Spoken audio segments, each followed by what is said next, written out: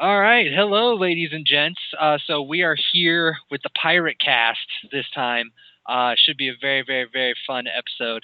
I actually just like the ring of the Pirate Cast. I don't know why. It just sounds really awesome. And that is the official title, by the way, for this episode. So with that, I really don't have much of an introduction. I guess this time not new to this podcast series, so I'll just jump right into it. The man that, if you were around when SC5 first hit the streets and all the majors were coming out, you probably read at least one of his articles, and that would be, of course, Hates. What's going on, dude? Hey, how's it going? Not too bad. So I do have a quick question before we start talking some pirates. Sure. Why did you kind of stop the whole article thing? Did you just get busy, or you weren't going out to events and just kind of thought it was kind of pointless, or like what happened? Well, okay. I'm gonna get real with you now, because I there's nothing worse than starting on a high note. So let's bring it way down. A few people know this, and I think many more people don't. The articles dried up right around kind of early summer-ish, and this coincided with a lot of like kind of crappy events in my life that I will share for a point. Like actually goes back to when I was at MLG. I got a phone call that weekend. Telling my dad was in the hospital. Long story short, I rushed back. Spent the next month watching him die of brain cancer, which just kind of sneaks up and gets you. And that is what threw me off. I was not in the mood to participate in much of anything. And it kind of changed stuff. Now, why do I bring this up? Because I'm thinking about our demographics here, the kinds of people who listen to the podcast, which I assume are a lot of student types and convicted felons on work release programs. So, probably. So people with a vested interest perhaps in some kind of mandatory or quasi-mandatory charitable work, whatever. I remember when I was in school. And there's all sorts of fun little cancer things out there that people do stuff for. There's those little pink ribbons and whatnot, just in case no one's ever heard of breast cancer. I would encourage people, if you feel like it, if you're hooked up with any kind of organization that does charity stuff, blah, blah, blah, check out the American Brain Tumor Association. That is abta.org.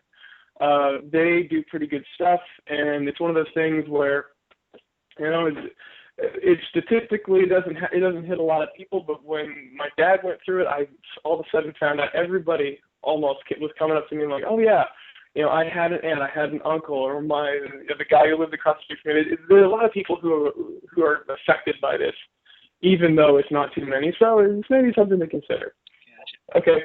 Off my soapbox. No, that's cool, because it was very dark there for a second. I was like, oh man, you said you weren't going to go into it, but now we got brain cancer and stuff going on. Well, and I have to, it's ironic, I guess, that you mentioned, people who would come up and be like, oh, well, this happened to me as well, and yada yada yada. Because it wasn't brain cancer, but I actually, again, like you, I won't go into it too much, but my father was not around when I was younger, so it was my mother and then my aunt who raised me, basically. And she actually, my aunt, passed away a couple of years ago from pancreatic cancer. So cancer is what we shall call a bitch.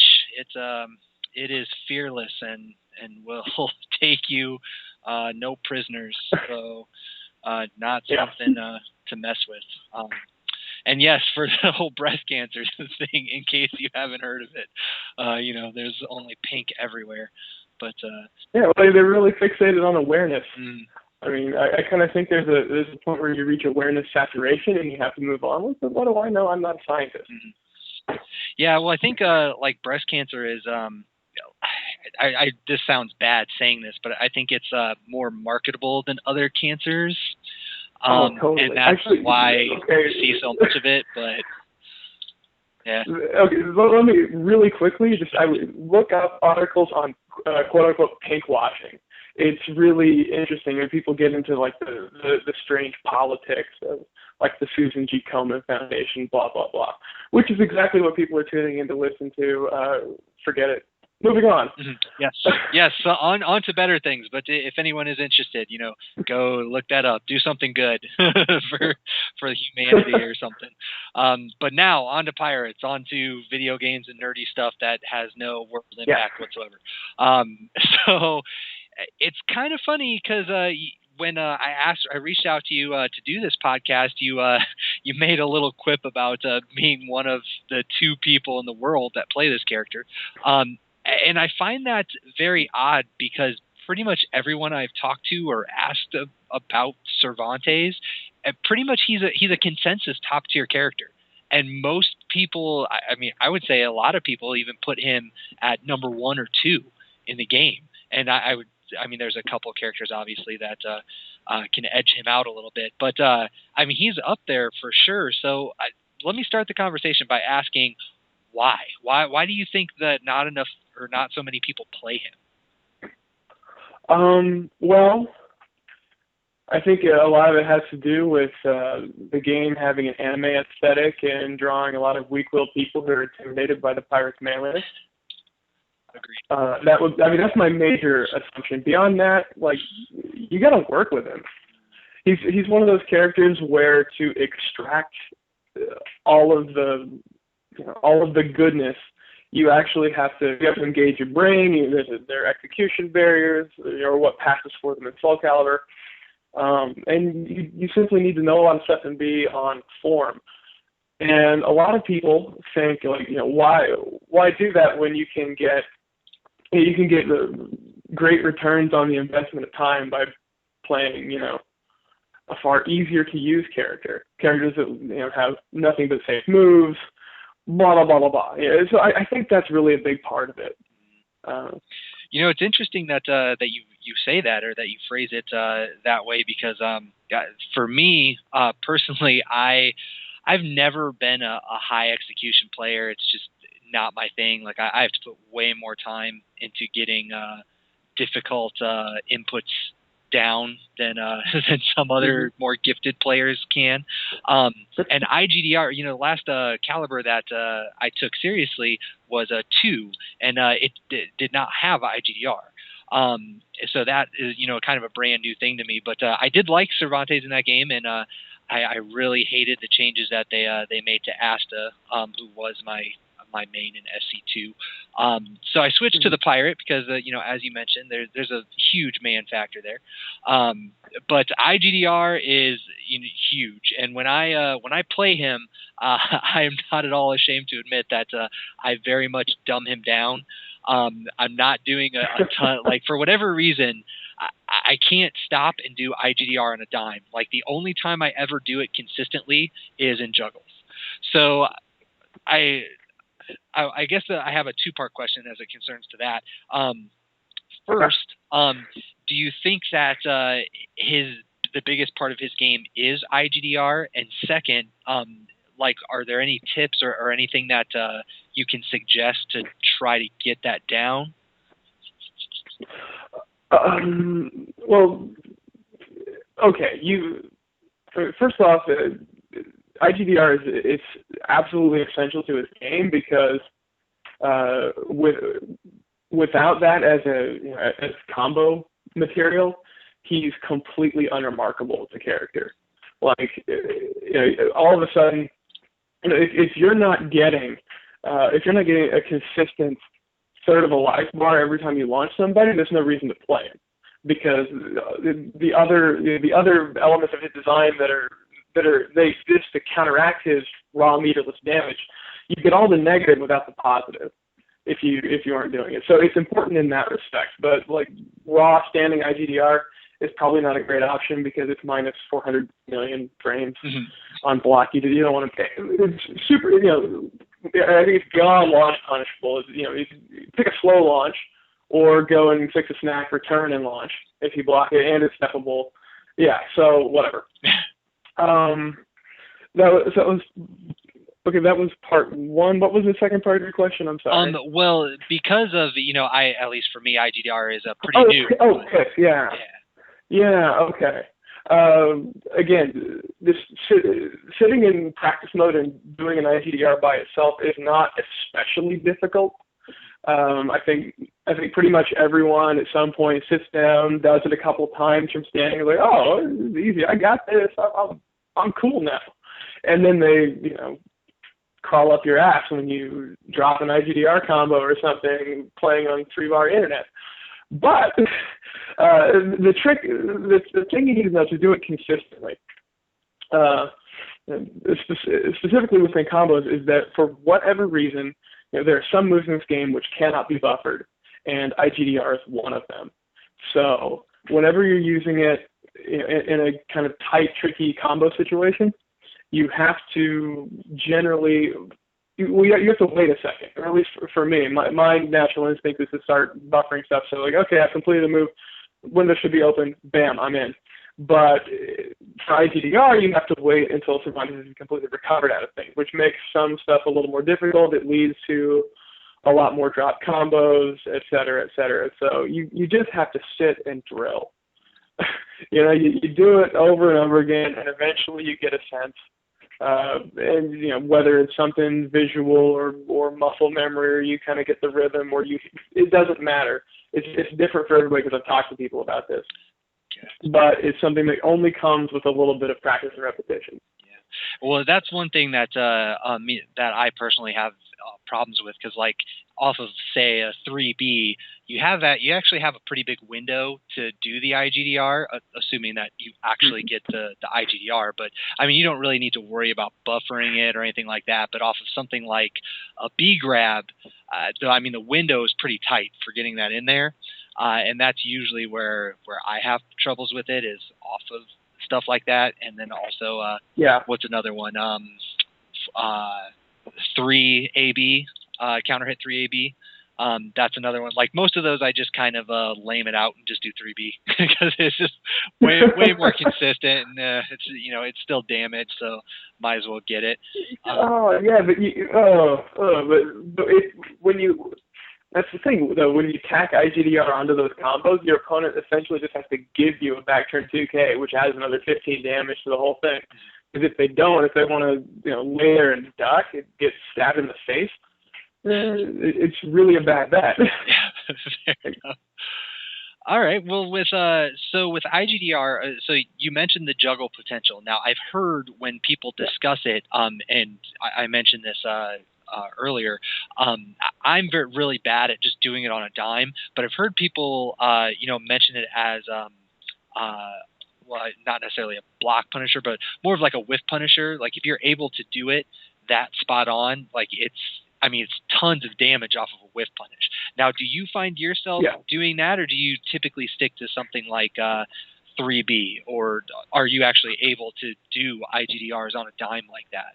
Like once you know I actually prefer not using it as a whiff punisher. And there are a couple of reasons, but it generally has to do with your option situation as it resolves itself. So, okay, let's think about this. The standard IGDR combo is IGDR twice. So you got the normal one, then you got the one that corkscrews them up in the air, and you end that with, you have a few options. The fancy looking one is a third IGDR. Not super great. It's really disadvantaged for you when you do that. So you seed all the wake up scenarios, and I believe Alpha Patroclus can punish it with his CE. I think that's kind of stupid. Some people attempt to end with B2, which you can get depending on the height of the second IGDR's launch and a few other factors. Inconsistent, also stupid. Your best option really is ending with 2A plus B. That gives you, decent wake-up situation, and you're still in the neighborhood, depending on clean hits of like, 85 to 95 damage. The downside to that, though, is occasionally the camera gets all wonky, and you land back turned, so you have to settle for taking like a back turn 2B or something, and that really lowers the damage. I mention all this because you have, off your standard IGDR combo, you really only have one option that I think is that is reliable enough to use consistently, and even that option occasionally will let you down.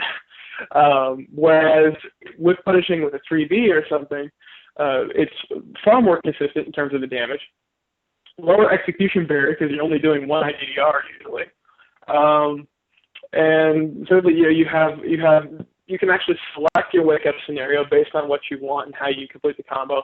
And if you've got a CE stock, you have access to half-life, and that's pretty good. There's no scenario under which you hit IGDR and you can elect to take half somebody's life bar.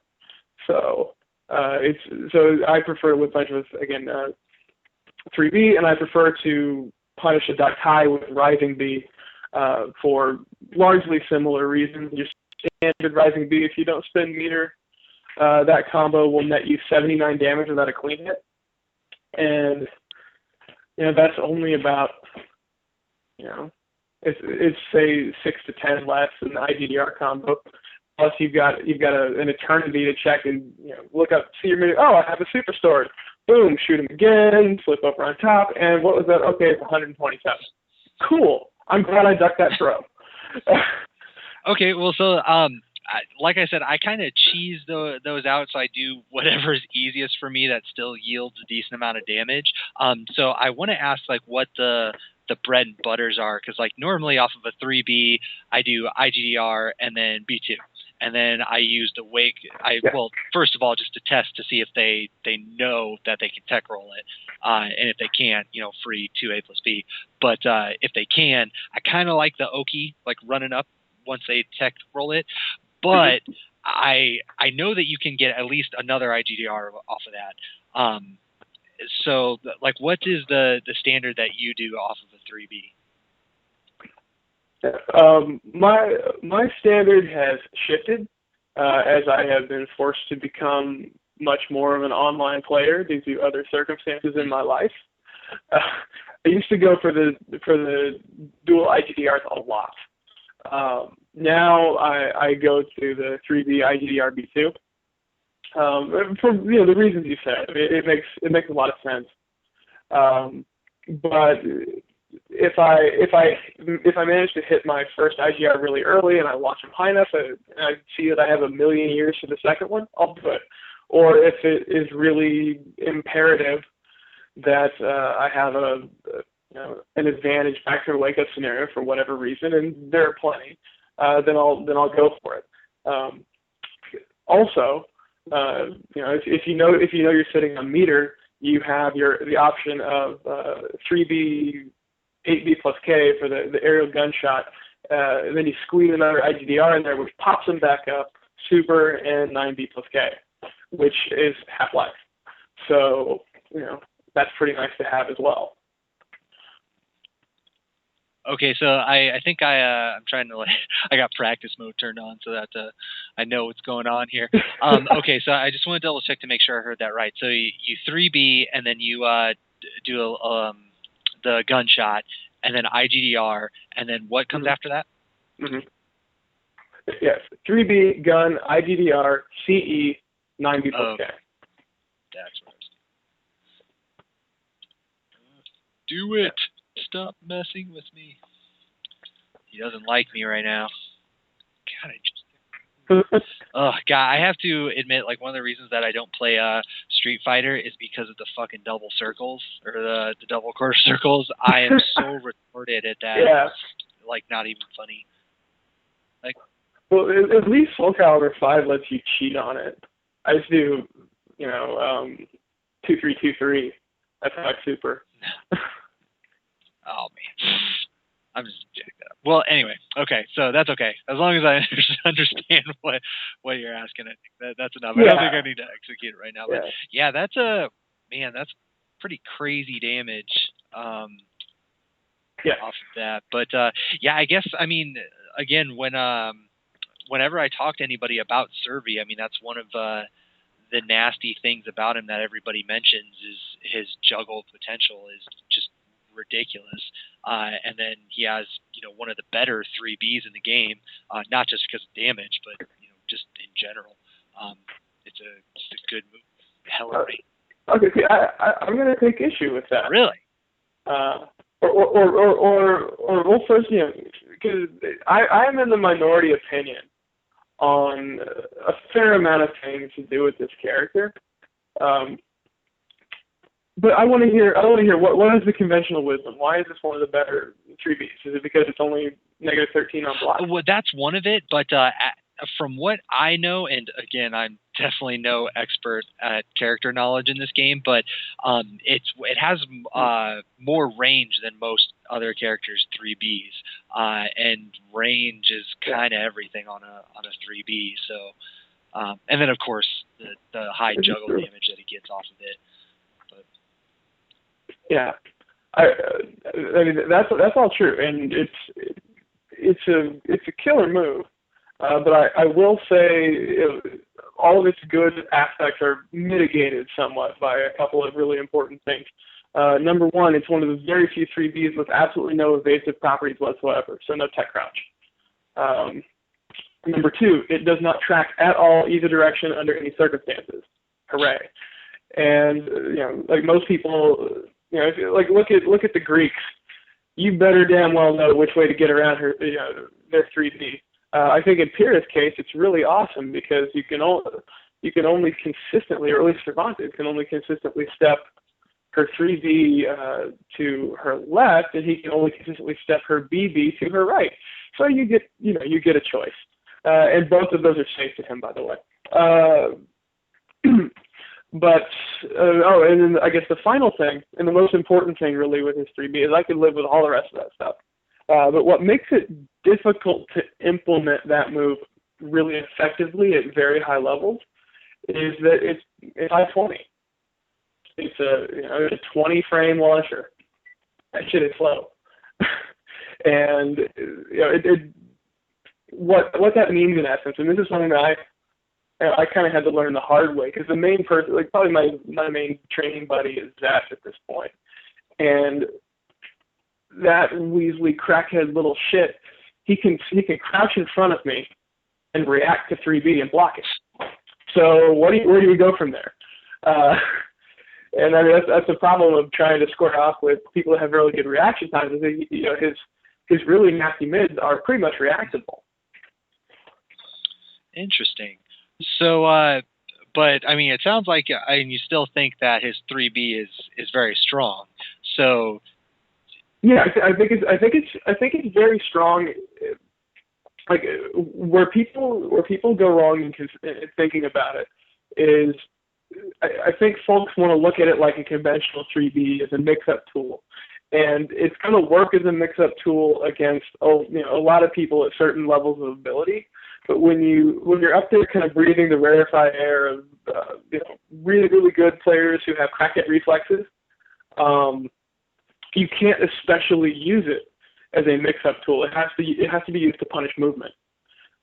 So that's where it kind of shifts.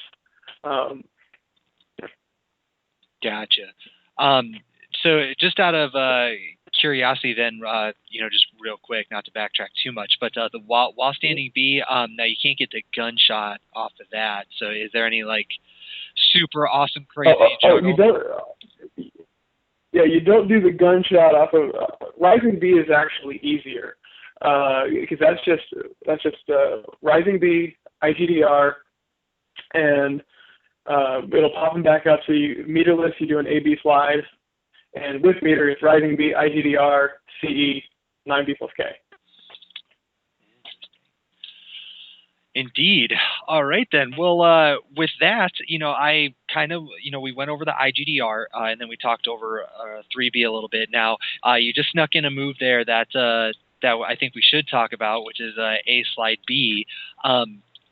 Now, that move alone, at least in my mind, makes him a good Punisher. I mean, that move just by itself, like, doesn't need anything else, and that would be enough. But I mean, in addition to that, he does have IGDR. If you're good at it and consistent enough with it, you can use it obviously for both whiff and block punishing. Although of course, you already went over why you might not want to use it for whiff punishing. But other than that, like it sounded like when we talked, before we started recording, that you had kind of some new technology. So I wanted to ask first. I started the whole conversation with IGDR because at least to me it's new. I know it's a big part of his game. Yada yada yada. I know A slide B is great, cool. But like I said, I play a very very basic Cervi. So outside of that and IGDR, and then obviously there's a couple of other obvious things like his grabs are good. I know his his 3-3-B is a move that I abuse the shit out of. But outside of that, like what other areas or what other things does he have that kind of puts him up there? Well, you've got your kind of most people are going to run face first into the triforce of bullshit, which is just like 3B, 80 slide, and 1AB. And your game is going to pretty much your game is going to be built around that, because kind of the way that Cervantes works as a character is you use high risk, low reward tools to set up low to moderate risk, high reward tools. And so it's backwards. It's counterintuitive to the conventional logic is low risk, low reward to set up high risk, high reward. But he doesn't work that way.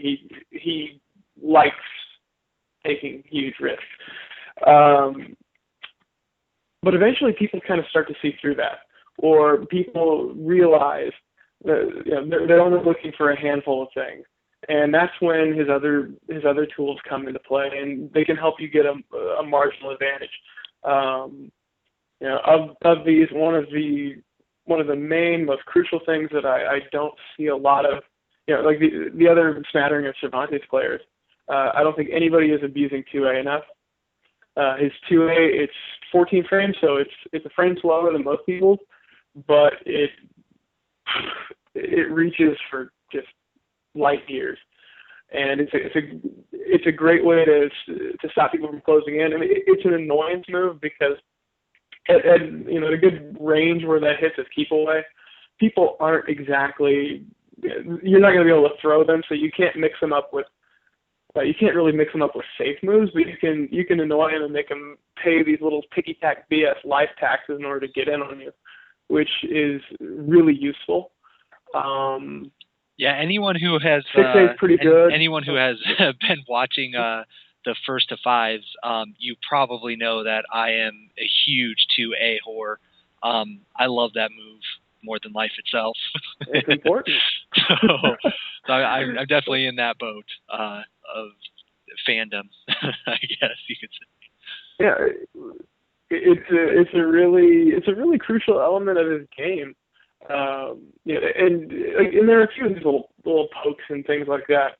I think that 2-2K is very important because that's one of those nice little multitasker moves. It's safe on block. It has pretty good range. It covers sidestep. It's mid. It will auto GI horizontal attacks. On normal hit, it gives you frames. It's got a little lateral movement built into it. So there are ways you can set that up where, maybe if you're at minor advantage or disadvantage right in somebody's face and they just buffer that movement, it covers a lot of your opponent's options and prevents them from doing a whole lot. And it'll condition people to sit there and not press buttons, which is very good for you. Because, your ultimate goal is to get people to freak out and whiff something in your face so you can launch them, or to stand like a rock and just get grabbed to death. And so anything that will discourage them from pressing buttons, helps bring that scenario about. Another major thing is I think people need to use a lot more 2A plus B. It's highly disadvantaged. It's minus 10, so it's it's about as negative as you get without being unsafe. But it forces your opponent into a crouching state, and it's a really great opportunity for you to set up option select just guards or regular reaction just guards. it lets you create a scenario where you know that your opponent has limited options. They're at +10 against you, but they're crouching, so they have access to a much smaller move list, and you can kind of think through that. So I'll start just guarding stuff, and when people get sick of that, then I'll jump kick them, and that really annoys people. And eventually, some players eventually just kind of crack, and I'll be able to get up in their face, 2A+B, and then grab them from -10 because they don't know what to do. And I think doing stuff like that, taking slightly idiotic risks, is crucial to playing Cervantes well. I have to admit that 2A+B is another one of my my faves if I can kind of get them to stop moving. And if it hits, I know you get at least 2K. That's usually what I take. I don't think you get anything else, right? That's just a little tick. It's character specific. Well, okay, you can RCC and get another 2A+B. I recommend that for offline only. Let's see here. Against most characters, you get a 2B, and against many characters, you get an IGDR, which will tech trap. Unfortunately, there's a thing that I have come to term little girl syndrome, where the little girls in this game get out of a lot of his traps for free. So like, Pyrrha, Viola, Mega Pyrrha, Shiva, and the little girl. The small class characters are able to escape a lot of his really fun stuff, which is too bad. No fun. Exactly. Funny. And then, of course, if you manage to hit a counter hit to AB, you get the juggles, which is always good stuff. Oh yeah. That's another the bounce stun and the counter hit 2AB. That's another one where you just treat it like it's rising B, IGDR, CE 9B+K. That's like 130 something. So much damage. I love it. I'm for whatever reason I just never took the time to figure out the CE juggles or look them up. So I'm not doing any of that CE garbage, and I need to be big time. But anyway, that's for something else. That's me needing to improve as a player, clearly. But anyway, moving on. New other moves that he has. Or tools, I should say. Because 2A+B, 2K, 2A spam. Oh, I did want to ask about your opinion of 6B, because I don't use this nearly as much as I did, but I still think it's a really good move. Mm-hmm. However, I'm fairly certain it's punishable, right? I'm pretty sure you can at least get stabbed if you're playing. Yeah, it's -14. I believe. And that move being -14 is it's a major reason that he has damn near unwinnable matchups. Because 6B is your go-to, it's your go-to mix-up mid that does non-trivial damage.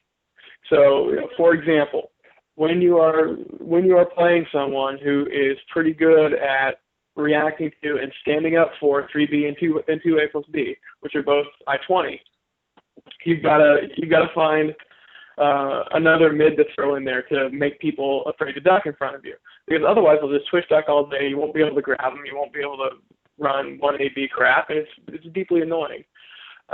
So you have to go to 6B because you can't react to that. If you start crouching, you're going to stay crouching because it's fast. So the characters who cannot punish that move, like Cervantes has really good matchups against them. The characters who can punish that move, it means his go-to mid option, if he doesn't want to risk his ass, is 2B, which is like your opponent takes, I believe, 14 or 16 damage, and then they get a weird sense of, I don't know, they kind of look at you and go, huh? Because it doesn't exactly strike fear. Like, why is this happening? Yeah. I can't even describe how depressing it is to run that as a mix-up move.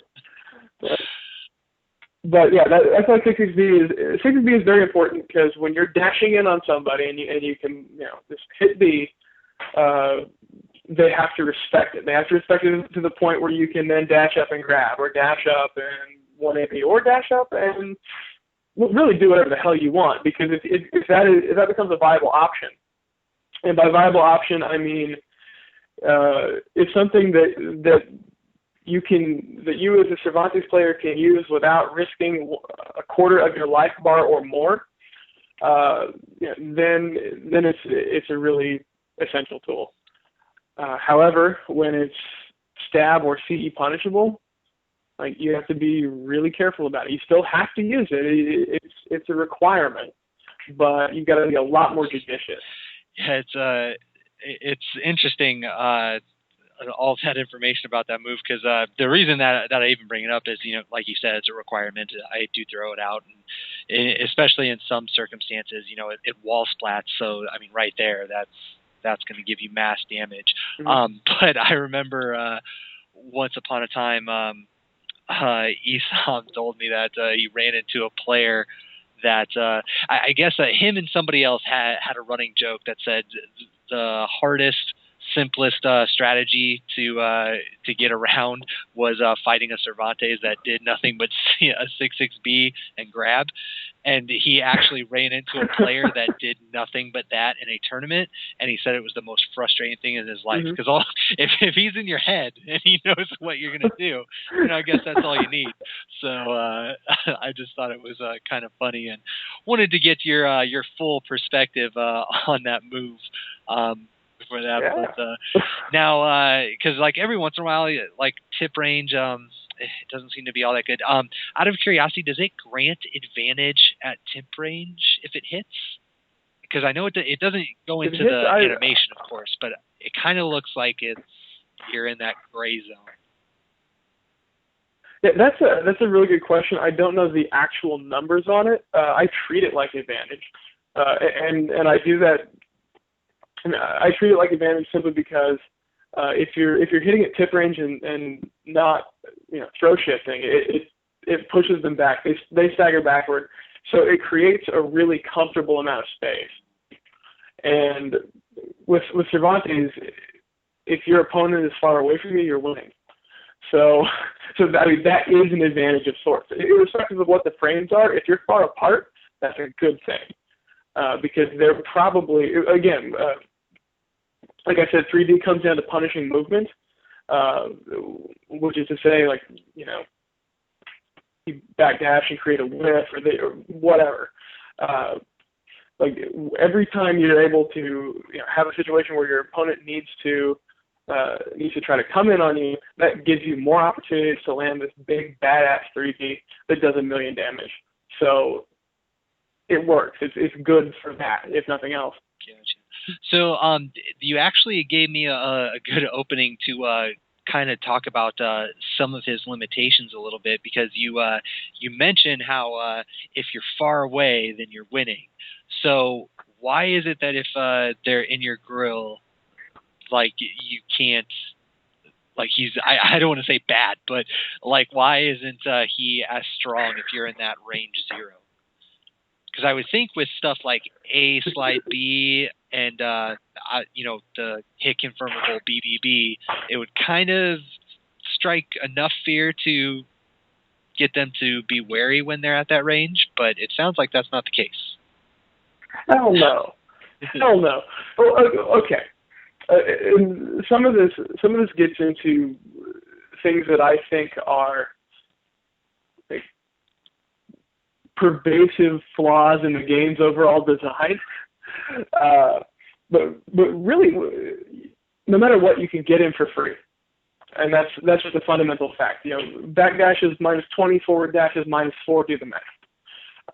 There's really no reason, unless you make a mistake and get too eager and press a button, no one can keep you out indefinitely. Hell, no one can keep you out for more than 2 or 3 seconds. if they are just hell-bent on getting in. And once they're in, if they are hell-bent on pushing buttons, then you're required to throw out some wacky stuff. And in the case of Cervantes, he has tools for every situation, but his tools have not been well maintained. They're all electric plug-in power tools, and the cords are frayed and sitting in brackish water. No safety guards, no nothing. So these are great tools, but you're probably going to lose a finger. And that's really what it comes down to. Is if someone is in on you and just spamming relatively safe stuff, mixing that with just guards and twitch ducking and just kind of all around being jittery, how do you stop them? Well, AB slide. Okay, that's launch punishable. If they're trying to, if they're stepping in your face, particularly if they have a tech crouching sidestepping move, which several characters do, and often those moves are safe and lead to big damage because brilliant geniuses made these decisions. In that case, you're probably you can 2A them for pissant damage, or if you want something a little more significant, you've got 3A for like 30 damage and knockdown, but that's I think that's at least negative 16. Et cetera, et cetera. A lot of his stuff, a lot of his kind of get off me panic button things involve risking a relatively substantial amount of health against certain characters.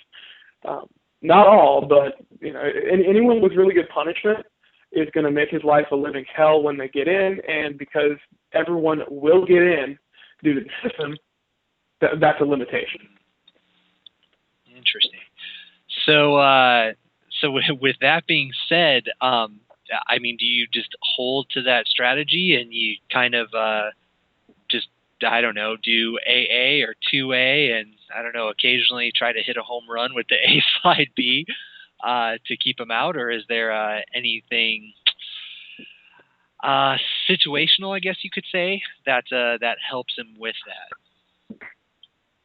Well, there are a lot of situational things, and actually that reminds me of another criminally underutilized tool, which is 4B plus K, which is this kind of yawn move looking thing where Cervantes, he does this strange overarching gesture with both arms that wouldn't be out of place in a movie theater on an intimate evening, and that it's unsafe, but it's not horribly unsafe. It's like punishable. Who cares?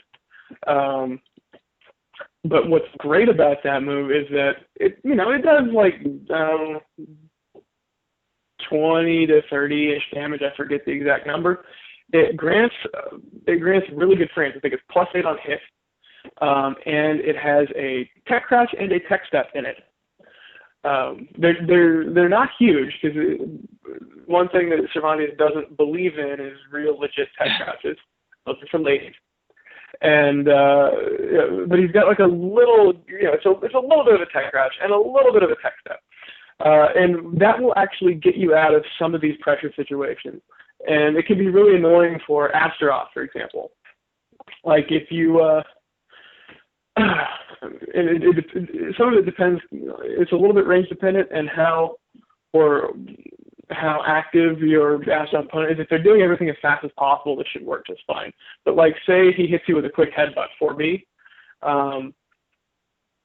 you can retaliate with a 4B plus K, and it will beat a second headbutt, and it will beat throws. So that's pretty nice. Yeah, that's I have to say that's one of those moves that I haven't even really considered at all throwing in my game. So, and yeah, especially with, obviously, Asta throws do ridiculous amounts of damage. So you got to be wary of that. And by the way, it says 24 damage, 25 on clean, which is really weird, but just saying. That's a reference, a bit of a reference for everyone listening, since I have the game on. Hey, I was pretty decent at spitballing it there. I mean, this is very old information. You said 20 to 30, so in my head. It's right there, right in the middle. Yeah. Indeed. How we do. So, okay. So, and anything else on that list then of tools that can help him in that situation? That particular situation, or like somebody, if somebody's up on you spazzing out. Again, so much of this depends on the characters. There are, because there are many characters who give you really obvious openings. Also, something that everyone needs to do is, spaz out and try to option play just guard as much as possible, or just guard if you see stuff coming. But like, if you think AA or BB is coming, for example, just guarding the first hit of either one of those strings rewards Cervantes pretty well. In the case of AA, you just guard the first A, do an instant while rising B, and it's free. And that gives you 79 damage meterless and a gajillion if you have a CE stock. And that's a really good way to discourage people from AAing you. In the case of BB, you can just guard the first B and then B plus K auto GI the second. And that's 40 damage and knockdown. If their back is to a ring edge, they're wrung out. If their opponent's back is to a wall, they splat and you get a little mini combo. And this stuff, when you see it, you're like, ooh, that's so hard. Oh, it takes such great reaction. No, it doesn't. It really, really, really, really, really doesn't. My reaction time is not good at all. You just kind of train yourself to do it. Once you get it in your head that it's possible and you should do it, everything else kind of works itself out. You can't put little stuff like that on a pedestal. But when you do it to other people, they'll think that you're amazing, and that gets in their heads too. Well, it's kind of yeah. So that's. Oh no, I was just gonna say. Go on. Just because I'm a Tekkenite, that's where I come from. Whenever you're playing certain characters, there's always one of those things where you have to kind of, I don't want to say disrespect, but you have to make them prove that you can do certain things. And it sounds like Servi is kind of in that category, but his stuff is not nearly as hard as people seem to think. Like it's where you kind of want to, like people who may not be used to him, put him in that situation to see if they, the Servi can do an IGDR, or, like you mentioned, the two situations where you just guard the first hit of either one of those poking strings and then do the while rising B. It's not nearly as what's a good way, like an uphill climb, I guess, as you might think at first. Like you said, you just have to train it, and then eventually it'll just be kind of second nature, which is kind of interesting though with the just guarding, because some things require specific timing or being able, like a whiff punish. You mentioned your normal opponent that you usually session with. Eventually he gets used to how fast things are, so you kind of have to change your timing and do that sort of stuff. But other things are just muscle memory. And it sounds like the just guarding stuff, that's part of that. So no matter how bad you may think you are at it, it's just practice, and eventually you'll get it. Yeah, it's practice and it's mindset. And it sounds kind of cheesy, but in my experience, the biggest barrier almost anybody has to doing stuff like that is they think, oh well, I can't, or oh, it's really hard. And if you just start thinking, well, I will eventually, and you keep trying, if you continually try to do the right thing, it's eventually going to work out. I mean, because you can't be responsible for, when you're just trying to learn something, you're not responsible for whether or not it's successful in any kind of a meaningful way. It's not like it's a horrible, shameful thing if you fail to just guard some shit the first 50 times. But you get the right habits in terms of attempting to do these things, then eventually it just it works itself out at its own pace. I like that. I like the eventually mindset. You just gotta keep at it, and eventually it will come. To kind of backtrack a little bit to the off of the BB, you said do the B plus K auto GI. Now you mentioned 2K earlier. do you ever, outside of the BB Just Guard, do you ever do his normal A plus B or B plus G auto GIs just out in the open? Do you even, like, is it even worth it? I will do them in certain very particular situations. Generally speaking, it's better to Just Guard. Generally speaking, it's better to Just Guard or otherwise deal with a string in a way that nets you more damage. But there are some scenarios in which those auto GIs are really, really good. Like, for example, like A plus B will ring out behind Cervantes. So if your back is to an edge and someone does a horizontal, you win, provided you can auto GI it. This comes into play a lot against a character like Astaroth, who has 3KA and 3KA hold. If you split the difference on the timing of that delay, you basically just auto GI when his shoulders start to turn. It covers both options, and you can ring him out. Same thing, a lot of Astaroth players like to do 4-4 A-hold when you're kind of caught next to a ring edge. You can really discourage them from doing that by getting a couple of reverse ring outs. If it's a shortcut way to deal with Hildy charges, both options there. If you don't feel comfortable just guarding them, you can always just auto GI them and take the little bit of free damage and not even have to worry about it. And there is some advantage to that. And lastly, the other major thing about auto GIs is that they count as their moves / attack / whatever. They don't count as movement, which means that you can cancel a backdash into them very quickly. So that's one of the few ways. It exposes you ultimately to more frames of vulnerability after the fact. But it's one of the few ways to deal with, like, okay, let's say you're fighting Patroclus, round 1 fight. Oh my God, I want to get away from him. He's weird looking. You tap back. He does 6/6B. If you're quick and you see the startup, you can actually mash out B plus K in your backdash. They'll stop it, auto GI, and you just spare yourself a lot of pain. Interesting.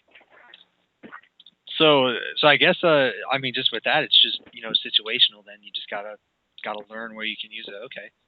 Yeah. Because it kind of seems like because like auto GIs just in general, like for the most part, they seem just kind of cheesy, and in many circumstances, if you whiff it, that's your ass. So it's I didn't really know if it was one of those viable things or something you could actually use. So that's it's actually, because I'll be honest, I never use it. Like so, 2K on occasion, but do it. Well, 2K I use a fair amount because it's not it's not simply an auto GI. It has a lot of other like really useful properties over and above the auto GI stuff, which is really just kind of soft. Interesting. Okay, let's see. Next question. What do we got? I did want to ask. I'm guessing I already know I think I already know the answer to this. But his dread charge, outside of gimmicks, is that actually usable? Because it kind of looks like whenever I use it, I'm just testing. It's like, okay, can you see the low? Have you seen this before? Because if you have, okay, cool, I'm not going to use it anymore. If you haven't, cool, I'm going to gimmick the shit out of you.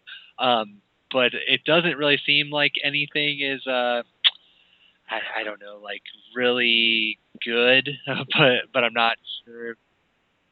Yeah, dread charge is just like wall-to-wall booty. It's no good at all. That is a really trash stance, let's call it.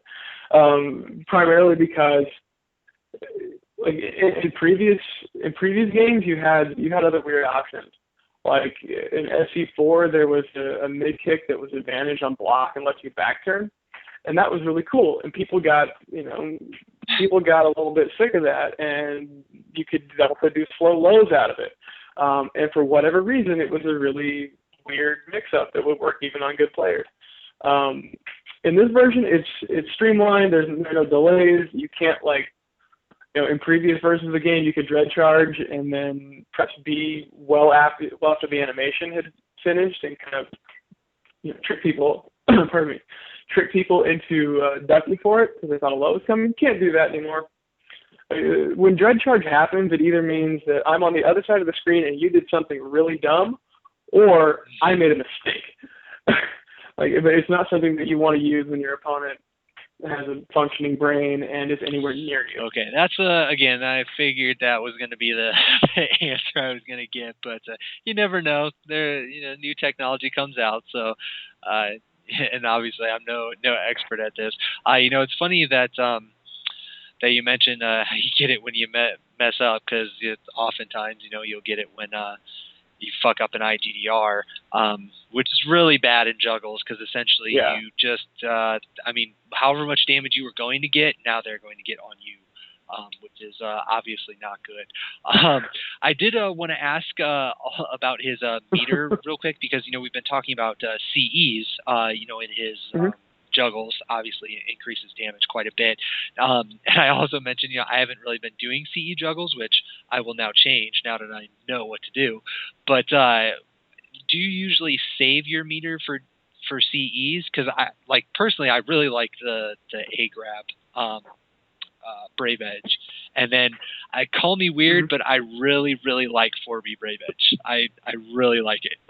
It's like an autopilot IGDR. Man, just swim against the current. I like that move. I don't know why, but I figured. But now the A grab, I think it's a smaller break if I'm not mistaken. But it does more damage than the regular A grab. Obviously, leaves them in a really shitty Oki situation. But do you even waste time with that, or is it just all CE all the time? No, it's not just all CE all the time. I actually find myself running into a big problem I tend to have is that I've always got more meter than I want, and that happens generally. Once you start, when I play Cervantes, I just guard a lot. And once you start kind of making that a priority, even on little ticky-tack things just guarding 2A, whatever, who cares? Every time you just guard, it builds meter, and his combos build meter pretty well. So he's a character that builds decent meter on his own. When you add in a lot of kind of extraneous just guarding and things of that nature, you end up with a ton. So I'm always kind of on the lookout for how can I spend this down. And I'll spend it on a CE. The A is pretty good. 4B Brave Edge is very good, especially as a brainless whip punisher. If you're out of 3B range and you don't even want to bother with attempting an IGDR from standing, you can do that. It's no big deal. The block mix-up is not great against players who know what Cervantes is up to. Almost everybody has some kind of option that really turns it into a zero-sum game where one of you is going to get hurt and the other one isn't. Which is that's not ideal for me anyway. I don't want to spend meter to get in a situation where if I guess wrong on how I attack you, I'm going to lose a big chunk of life. So you have to kind of approach that. And really, it's always good policy to throw away a couple of if it's a tournament, throw away a couple of rounds. If it's just like an online match, throw away the first round. Just test everything. Just I'm going to do this to you now. See what your opponent does. See what they know about however many situations you can create, because most people don't seem to have the requisite experience to handle these things. If that's the case, just do whatever the hell you want. So do you find yourself GIing then at all, or do you prefer to do to go the just guard route and then use your meters for CE or whatever? Either or. GI is something I wish I did more, actually. I think the window seems a little smaller in this game than what I'm used to. But GI is something that despite what I just said about spending meter to be put in a 50-50 scenario, I think GI has better options, and and it's something that's really advantageous to Cervantes because his 3V does a shit ton of damage, and that fits easily in the window. And if you want a totally brainless GI mix-up, it's GI 3B versus GI, normal cancel, AB or K fake 3B. It's super easy. We're talking in the neighborhood of 90 damage either way, and no muss, no fuss. If you want to be a little more hardcore about it, you can use 4/4 A plus B as your slow option, which gives you a super launch for 120 meterless damage. Or if that doesn't seem like enough to you, you can get, I think, 150 if you got a super. Yeah, I have to say, I like that. Even in other situations outside of GI, because it has that little backstep built into it that can trick people up at certain ranges. Definitely not something I throw out a lot, but I like. Oh yeah. Yeah, well, it's unsafe, unfortunately. Of course, but when you're getting plus 100 off of everything, I guess there has to be a downside somewhere. So it is what it is. Very true. So the only other thing really that we haven't gone over that's on my list at least is his ring out wall game, and obviously walls and ring outs are different, but I lump them into the same just because they are the edges, the peripheral of the map. So with that being said, now I know that his ring out game isn't all that bad. I'm not sure how awesome it is, because I know, like you mentioned, the auto GIs, those ring out. If he launches you, usually he has enough room to push you at least a little bit. I personally haven't really messed too much with his ring out game, so I don't know if he has like any particular moves that float you or push you farther than like his normal juggle things. But I know like there's certain little tricks that he has that will ring out, like B2, in certain angles will ring out, although it's a little inconsistent. But like, is there I guess we'll start with just ring out. Like how does that game pan out? Like what tools does he have to help him ring you out aside from the auto GI, of course? The best ways for him to get ring outs involve 3D. Because off of a 3D launch you can knock someone out of the ring left, right, and in front. So that's pretty good. Let's see here. I always forget. I have to look at them. Like the shorthand I use is I look at his, like, the direction that like Cervantes' chest is facing, because it's a very noticeable chest. That was something they did, in the art direction of this game. But if his like a BA slide will ring people out chest direction, B2 will ring out back direction, his back, not behind him. He stands sideways. And then if the ring edge is behind your opponent and you're close, you can do 3B and then 8A plus B. That they can't air control away from the edge, and that'll carry them a little bit. If you're not so close, you actually get pretty darn good ring out range off of 3B, 8B plus K, CE.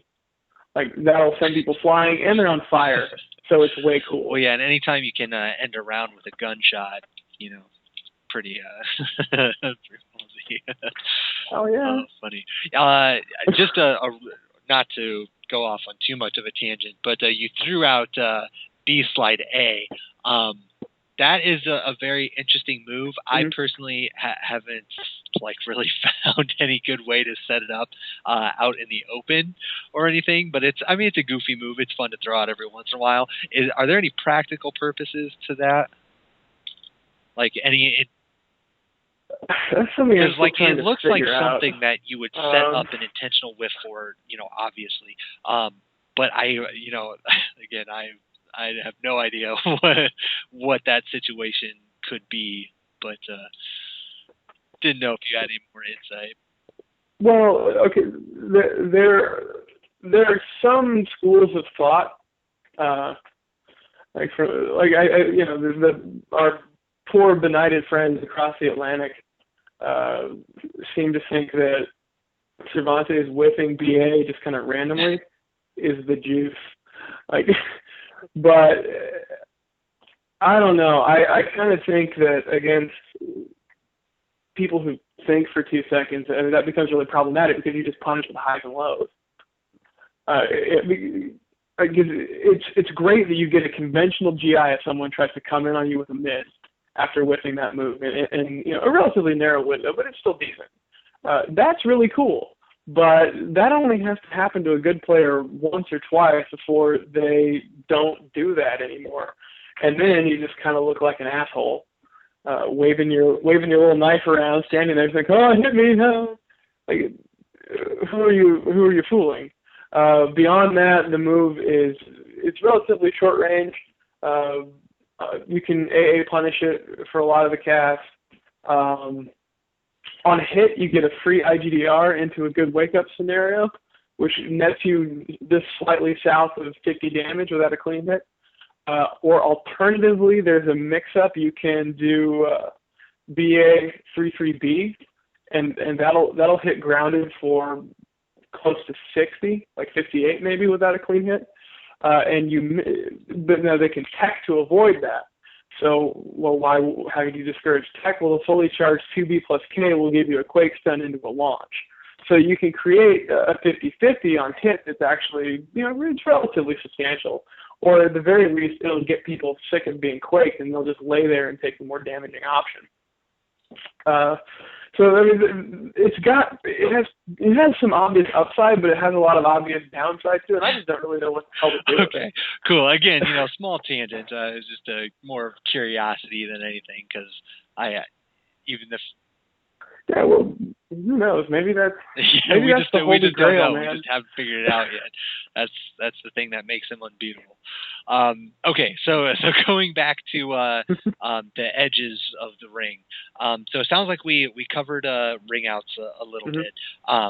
Now for wall, most of it seems to be around how can I hit BBB because it's too cheesy at the wall. Like for the most part, if I see a wall splat, I try to nail the 6xB, and then that will yield a BBB. Now, is there anything like more tricky than that, or that gives you, better damage situation, whatever it may be? Well, and of course, I acknowledge that not all of his wall splats will give you the 6xB, but that's usually. Yeah, well, and not all 6xB wall splats will give you anything, and that's what's really weird, because there doesn't seem to be a whole lot of rhyme or reason. Some of it's character specific, some of it's angle specific. Cervantes' wall game, he was king of the cage in FC4. He could just wreck people on walls. Now though, his wall game it reminds me of like a junkie who's trying to get his life right. And he's trying so hard, and the effort is there, but there's no consistency. And at any moment it could relapse into crap. One of the biggest problems I have is if your opponent is standing with their back to a wall, and you launch them with a 3B, it's pretty much like flip a coin to see whether they wall splat. And why does this matter? Because you need to know almost the instant that the 3B hits whether or not they will wall splat, because that's going to dictate your next course of action. If you if they don't splat, you can 8B plus K gunshot and then CE them into the wall for some really hot shit combos. My favorite being probably like 3B gun, CE wall, 6B tip hit, re-wall, 1A just frame B IGDR. It looks really cool. Yeah, it's cool. There's lots of like flashing and shining, and it does like Half-Life. Awesome.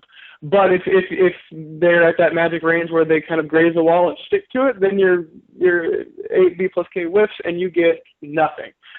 Conversely, if you think like, oh yeah, okay, they're gonna hit the wall. They're definitely gonna hit the wall this time. So it's 3B, and then you're gonna follow up with like a 6B or with another 3B. Really, whatever you want to do. Well, if they don't hit the wall, that hits them airborne. They take pissant damage and probably teabag you or something. So I mean, that's really troubling to me. I don't like him near walls for that very reason. And I try not to play. I try not to play a launch game too much when my opponent has his back to a wall. I really just want to put him in a corner and peck him to death, then back off a little bit, make him whip something dumb trying to get out, come back in, peck, throw maybe. So I use the wall to make them stay put as opposed to as a source of damage. That's interesting because for most characters, that's fairly unconventional. Like I said, your convention, just standard protocol usually dictates that if their back is at the wall, you're doing something to wall splat to get big damage. So that almost sounds like it, just because it is unconventional, that it kind of works for him. I don't know if you agree with that or not, or if you think he's just missing a big part that of consistency that other characters have. Well, yeah. I mean, if you're asking me, would I rather have a reliable way to take Half-Life Plus on walls? Yeah, absolutely. But conversely, like I can do work. When I know for a fact that you're not going to backdash or sidestep because you can't, because you're stuck there in the corner where the other bad children go, then I have a lot of options. I can do a lot of nasty stuff. So, it works out well enough. It just disappoints me a little bit because there are a lot of times, kind of clutch moments where you end up in a quasi-wall situation, and you just end up you guess wrong, and it can cost you a round. It can occasionally cost you a game, and it's deeply, deeply frustrating. Yeah, I can definitely understand that. Yeah, and especially with right when you mentioned the 3Bs, just flashbacks of 3Bs not wall splatting right when you're there at the corner immediately came to mind. Yep. So I definitely understand that. Well, with that, unless you had anything to add to the wall or bring out a topic. Okay. One little thing for wall stuff. B2 will wall splat. And generally speaking, I think with every character, it will wall splat them in such a way that you can get 3A plus B into BBB. This is significant because when your opponent has their back to a wall, your wall options are kind of limited. If your opponent's side is to a wall, that's not the case. If you score a 3B and their side to the wall, well, ideally you'll be able to do 3B, IGDR, B2, wall splat, 3A plus B, BBB, Half-Life. Or if you're already oriented in such a way that the B2 will wall splat, you can just do like 3B, B2. It's still a pretty easy chunk of change, and it's brain dead. Like no execution requirement whatsoever. And that's kind of cool. Also, back throws are totally sweet when walls are involved. Because his back throw, it's the same thing as back hit 6B. So like a character like Valdo, for example, he likes to be in blind stance and poke you. He exposes himself to a lot of this. but really any character that has, you know, kind of lingering linear moves, if you're by a wall and can manage to step around them and get a back throw, this is something that happens semi-frequently. You can back throw them, which causes a high wall flat and gives you another 6/6B, which does the same damn thing, into another high wall flat into 3A plus B, B, B, B. And that's a gajillion damage. And pretty cool. Indeed, yeah. Well, yeah. I call that the pirate spinal tap, because it's anytime a knee goes into somebody's back, I feel that pain. So it's I definitely heart his back throws. Well, with that, I think I have run out of questions about this character. But I did want to kind of just throw a general question out there, because it sounded like you kind of had some new stuff maybe that people didn't know about, or that you don't see being used very often. Is there any of that we did not discuss that you would like to divulge? I'm trying to think. A lot of it is honestly just kind of refining what's already there. I touched on some of it with the, discarding the first hits of strings. That's something that people are going to start doing that with all of their characters. It's just something that I think rewards Cervantes significantly. Other little marginal tools, very important. I think the big thing, in terms of, dispelling myths and or new stuff, a lot of it just has to do with people overrating some aspects of the character. People, getting their panties in a bunch over a 3B, when I talked about that move has significant upsides and significant downsides. And that's the one thing that I've really run into is Cervantes is a great character for running over moderately skilled players. And he's a great character for running over people who don't know the matchup. When you get into high-level stuff where people know what you want to do and know how to stop it, that's when he's got to really work. And it leads to some interesting and occasionally sad, tragic, awful matches, to the point where I'm actually learning a different character now just to deal with Pyrrha, for example. Yeah, I can only imagine that her stab gives him fits. Well, it's the stab. It's the fact that her AA is the same speed as his AB, and she can punish everything. She can punish his B, his single B, his BB. She can punish his 6/6A, 3/3A, 3A. It gets really, really unpleasant. So for all the whining of him being super top tier and good, he comes back down to earth sometimes. He's a mere mortal in some key gameplay. He's a mere mortal, but outside of gameplay, story mode time, he's unbeatable. Yeah, well, they're let's face it, there are only two manly characters in this game. He's one of them. Well, okay, so I have to ask, who do you think is the second one? Oh, really? Clearly Algol. Clearly Algol. Yeah, there's no room for argument whatsoever. He's a mighty god king, and you just shut the fuck so many up. People shit on him. I can't wait until we do that episode. Cannot wait. That is the character I am learning to deal with the Cervantes less favorable matchups. And so he's nasty. He's differently nasty than the pirate, but he's still pretty nasty. That was actually going to be kind of a follow-up.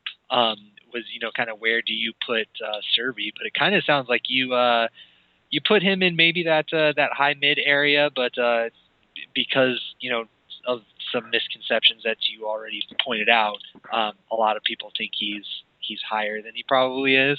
Does that sound like a good assessment of what you said, or? I think so, because when you think about tiers, you have to think about tiers in terms of a couple of things. I mean, number one, if you're really just interested in how good is this character, you have to assume that everyone's playing at a really high level.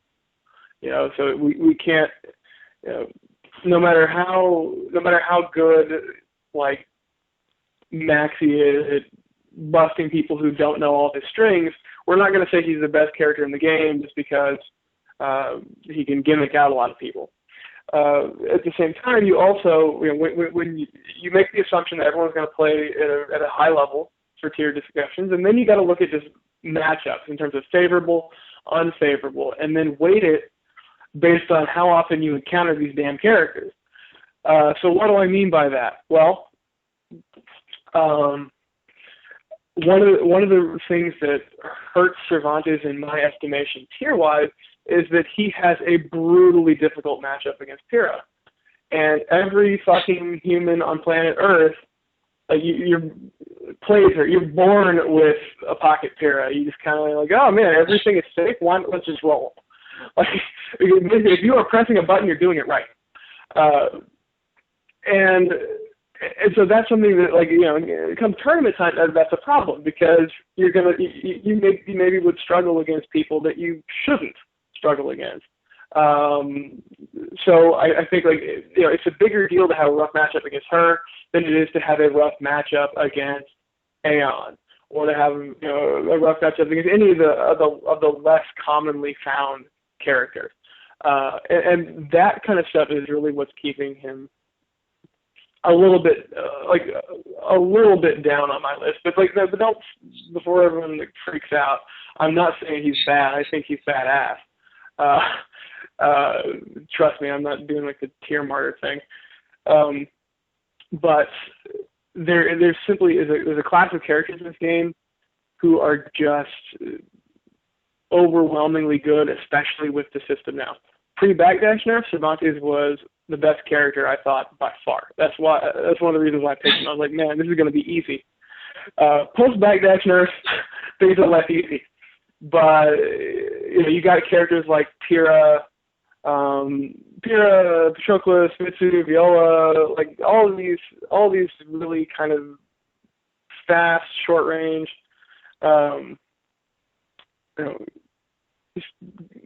It's those types of characters. It's hard to say that he's better than they are, because they've got more universally favorable matchups. Like, because I don't think Pyrrha or Viola really have bad matchups. Just as an example, whereas Cervantes has a couple. That knocks him down a bit, but he can dominate most of the cast. All right, well that is, I mean, that's all I got for the pirate. So I mean, that sounded like a pretty good conclusionary statement, I guess you could say. So was there anything else that you had to add before we go into the final segment of this episode?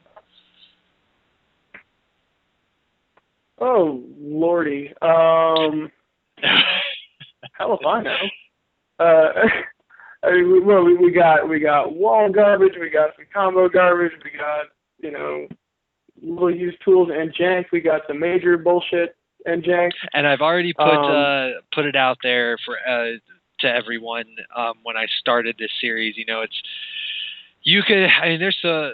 even though I don't really know nearly as much about Soul Calibur as pretty much every one of my guests has been on thus far, I could still sit here and talk for hours and hours about Calibur. So, it's one of those things where I put out the disclaimer out there that, we can't do a move-by-move breakdown. And just podcasts are just not built for that. That's what strategy guides are for. So if you think that we got all the major areas, I feel good about what we talked about. I think we hit a lot of the high points. Synopsis. Boom, I'm going to break it down. Cervantes is a very, very good character. major meterless damage. One of the best CEs in the game, actually. We didn't touch on this, but just in terms of utility, extension of combos, and punishment. Like, it's 10 frames. It'll generally punish anything that's -8 as long as your opponent is standing. It'll punish like a quick acid headbutt. Let's see. But the keys to playing him: get your IGDR down. Learn to use unsafe moves with abandon. Just roll with it. It's cool. You're probably going to be damage positive on mix-ups no matter what, unless you're fighting against a couple of characters. Movement. You need to be able to move well to play him well, which is knowing how to backdash, when to backdash, how to sidestep, when to sidestep, create and maintain space, make your opponent come to you, make them fuck up. Lastly, just guard. Also very important. He gets a lot of benefit from just guard because AV slide is 11 frames and 40 damage. It's lovely. You can sneak it into a lot of places, and it's a great way to discourage safe move spam. So those are the keys. You know? Oh, and if you drop a combo, who cares? That's the other big thing is that you got to get in the mindset. Well, hey, I dropped a combo. This is a big deal. I meant to do that. Screw it. I have a whole flow chart of I fucked up, now what? Which comes from playing a gajillion matches and playing online and latency or all sorts of things can contribute to this. You have to just you have to just roll with it and have a backup plan, sort of. But always, don't go into like ghetto pissant combo mode because then you're gonna lose. Nice. I think that's all right. I can definitely live with that. So we will put the lid then on Cervantes. Again, awesome character. I wish more people played him instead of all of the what I call the poster childs, children of these games. It's like a Madden cover. Like they're on there and all of a sudden they're popular, which sucks. But he is perennial. Hopefully they will never take him away from these games. He's just too cool. He's ingrained in the code, and hopefully that will continue. So with that, enough caliber. Now we get to talk the really entertaining stuff. Of course, you've been on the podcast before, so I don't know if you remember this, but I do have I know you did a couple soapbox moments earlier, but I'm going to make you do it again for the official soapbox segment of the episode. So yeah, obviously, your name is Hate, so we have to expect something good. So yeah, I'm just gonna hand the mic over to you, and it's rant time. I don't care. You already got a couple out of the way, but I'm sure you got more stored up. So give us something that you hate. Something that I hate. And you can't use tonight's game. I'm banning that. It's too easy. No. Football, you let me down perennially at this point. Okay. I hate. It's hard to narrow it down. Even though I've been kind of off the grid for a long time, people have been dragging me back and so on, and I've learned that I still don't like you people. There are some new faces, people like showing up in chat, bothering me, popping off, being stupid. Seems like everyone in the world is nice place and thrilled about it. Fuck you, IRM. What else? I don't know. Pretty much everybody at Xbox Live except for this one dude who gives me cool hate mail and calls me fat. He's the only person that I really respect. Everybody else on Xbox, you make me sick.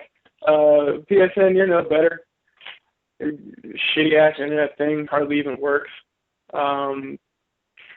West Coast, trash. Midwest, trash. East Coast, do you people even exist anymore? You used to be crappy, now I think you're dead. That's about all. Because this is not the burning hatred of 1,000 suns. This is the sad hatred of a weary traveler. It's like I had all these high hopes and everyone disappointed me. Right? Oh, funny. Well, Well, with that, I usually give my guest the last word. So, rants aside, if you have anything else that you want to throw out there, since you hate the world, I'm guessing there aren't really a lot of shout outs that you want to do. But yeah, if there's anything else that you want to get out there or discuss on this episode for all to hear and talk about afterwards. By all means. Well, yeah. See, we got a couple of tournaments coming up here pretty soon. I know that a lot of my buddies are going to SoCal Regionals. I unfortunately am not making the trip, which is kind of a bummer, but oh well, the world will go on. And then we got final round coming up. And I think that's looking to be a relatively large thing. I mean, last I heard, NEC had like 70 people in it. So, I'm liking this. I want people to stay apprised of offline events and try to not follow my example and actually show up to them. And then, I guess I would reiterate, if you're affiliated with any kind of thing that, if you do cause stuff, if you're like, Key Club or whatever the hell, I don't know what you kids do anymore. Or if you just have a lot of money, burn a hole in your pocket, I would consider, looking into maybe making a small donation to the American Brain Tumor Association, abta.org. You do know the demographic that we're pandering to right now, right? So just want to let you know that there's not a lot of hole burning money out there in this crowd. Well, I know. Well, that's why initially I said I'm thinking it's students and felons. But either way, if they don't have a lot of money, but many students and felons are required to do service in some form or fashion. See, that's my angle. That's my end. Or whatever the hell people you're mooching off of, you worthless mid-30s jobless shut-ins. Go ahead, ask mom and dad for a little extra. They don't care. They gave up on you so long ago. It doesn't matter. If nothing else, I guess they can just go to any website that supports that either brain cancer or really any sort of cancer, and just start clicking on links. I mean, they get paid or ads. Yeah. I mean, they get paid for that. Yeah. So it's like, oh, here's a quarter. Here's a quarter. Here's a quarter. I like it. Way to sniff out the absolute I'm just lowest saying, common denominator. If you don't want to do a lot of work and you want to donate a couple bucks, just go for it. I mean, if their advertising agency eventually cuts them off because you sent them 1,000 clicks, that's a different story. But at least you tried. That's all you can say. So.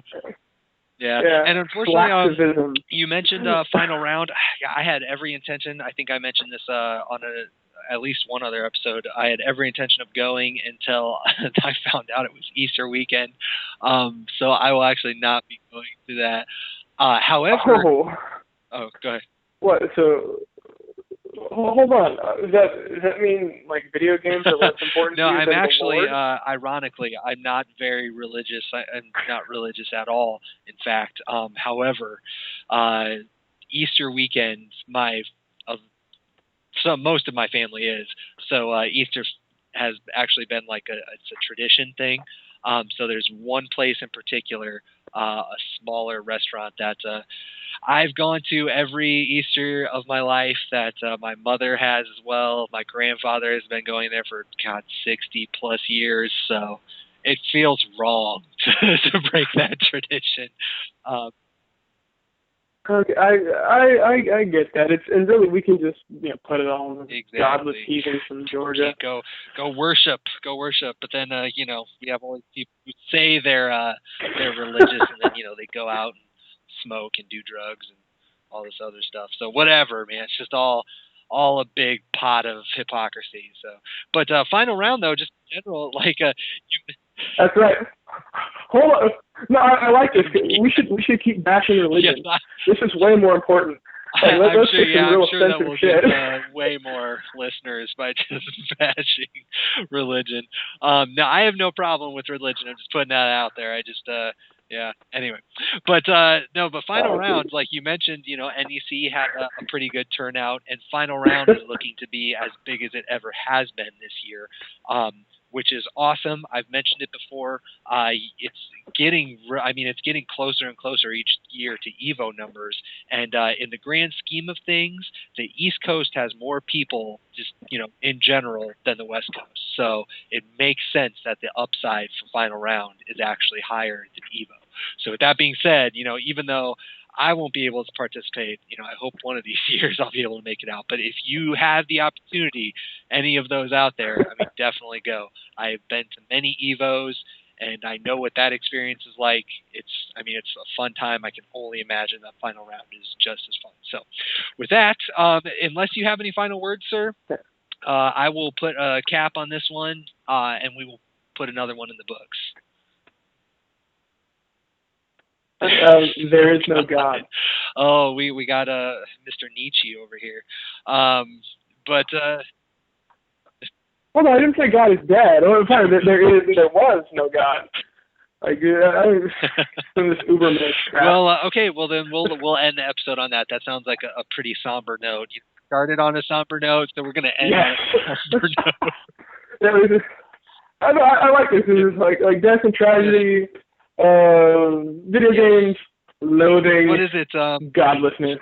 Well, I don't know if anyone's going to get this reference or if they've seen it, but if any of you have watched any of Eddie Izzard's stand-up comedies, kind of to follow in that path, I want to leave you with an feeling after this episode is over.